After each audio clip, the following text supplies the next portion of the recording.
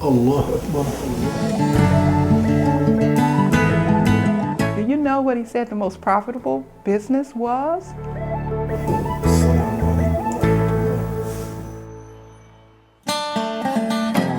Timbuktu ایک اہم تعلیمی مرکز بھی رہا ہے. دور دور سے اسکالرز اور ہزاروں طالب علم اس کی طرف کھنچے آتے تھے. نہ صرف ٹمبکٹو میں کتابیں خرید کر لائی جاتی تھیں بلکہ مقامی اسکالرز خود اپنی کتابیں بھی لکھتے تھے جن میں سے عالمی اور اسلامی علم و فضل جھلکتا تھا، اور اقدامات جن کی مدد سے ایک کامیاب سماجی اور معاشی ماڈل رہنمائی کے لیے ابھر کر سامنے آیا.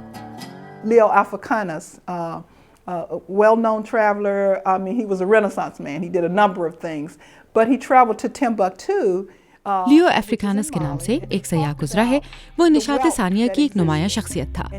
انہوں نے کئی کام کیے. وہ ٹمبکٹو بھی گئے. انہوں نے اپنی یادداشتوں میں دولت کی ریل پیل کی منظرکشی کی ہے.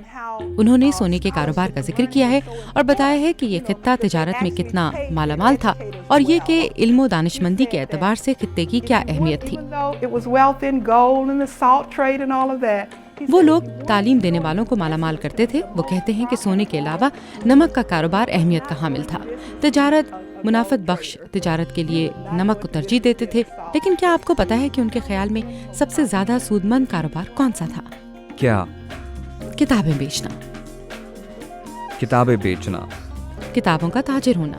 افریقہ میں کتابوں کا تاجر ہونا. 13ویں صدی میں افریقہ میں کتابوں کا تاجر ہونا. اور یہ بہت ہی فائدہ مند کاروبار تھا.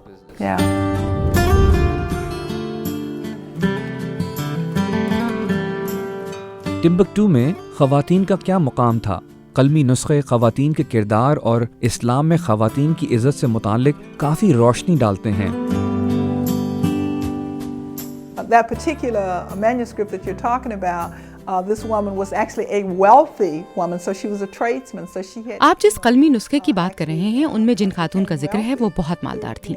وہ ایک تاجر تھیں. ان کے شوہر نے ان سے مالی مدد چاہی اور خاتون نے انہیں گھر خرید کر دیا.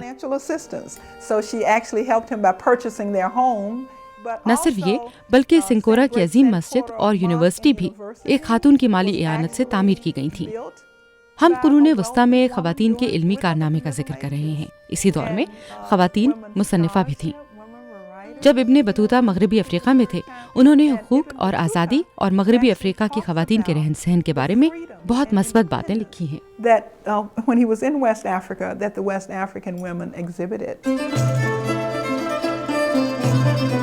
سبابو میوزیم کو ایک اور انداز سے دیکھتے ہیں. ان کا کہنا ہے کہ یہ ایک عجائب گھر ہے, کوئی عبادت گاہ نہیں, اسی لیے کوئی بھی داخل ہوتے ہوئے ہچکچاتا نہیں ہے. یہ میوزیم ایک انفرادی نوعیت کی جگہ مہیا کرتا ہے. ایسا نہیں ہے کہ چونکہ آپ مسلمان نہیں ہیں اس لیے آپ آ نہیں سکتے یا شامل نہیں ہو سکتے. یہ ایسی جگہ ہے جہاں بہت ہی پرسکون ماحول ملتا ہے, جہاں آپ بیٹھ کر تحقیقی کام کر سکتے ہیں. آپ تاریخ میں چھپے اوراق کو پلٹ کر ایسے پوشیدہ راز جان سکتے ہیں جو اب تک نظروں سے اوجھل تھے, جن کے بارے میں ابھی تک امریکی نہیں جانتے.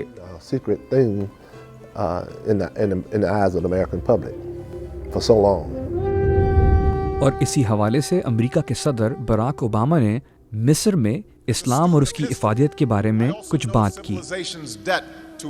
تاریخ کے طالب علم کی حیثیت سے مجھے علم ہے کہ تہذیب اسلام کی مرہون منت ہے. یہ اسلام ہی تھا جس نے الازہر جیسی جگہوں پر کئی صدیوں تک علم کی شمع روشن کیے رکھی اور یورپ کے لیے نشاط ثانیہ اور روشن خیالی کی راہ ہموار کی. اس کا سبب مسلم اقوام میں ایجادات تھیں.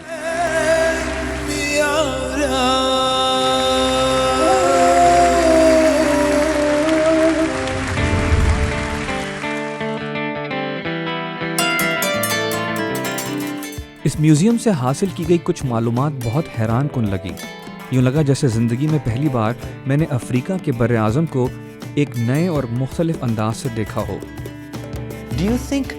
کیا آپ سمجھتی ہیں کہ آپ کا یہ مرکز, آپ کا یہ میوزیم مشرق اور مغرب کے درمیان ایک پل بن سکتا ہے؟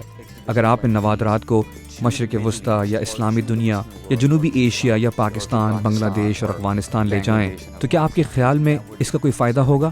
Oh, definitely. I think that the message that the museum have.